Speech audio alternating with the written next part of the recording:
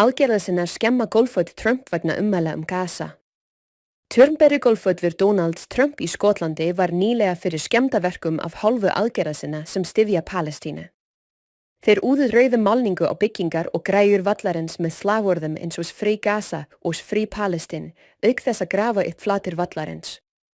Aðgerðahópurinn Palestine Action tók ábyrgð á verknaðinum og lýsti því yfir að þetta væri mótmæli gegn áformum Trump að umbreyta Gaza í lúxusferðamannastað sem hann kallaði Riviera Miðausturlanda.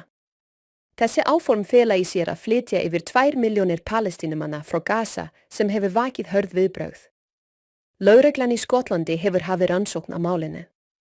Talsmaður lögreglunar sagði að tilkynningum skemmdir á golfvellinum og byggingum á Maidens Road, Turnberry, hafi borist klukkan 4:40 að morgni laugadagsins 8. mars 2025 og að rannsókn standi yfir.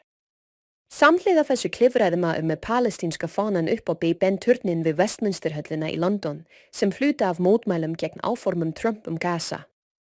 Trump keypti Turnberry-golfvöllinn árið 2014 og hefur síðan þá fjárfest mikið í endurbótum á vellinum. Þrátt fyrir þessa fjárfestingu hefur völlurinn ekki hýst opna breska meistaramótið síðan Trump eignaðist hann.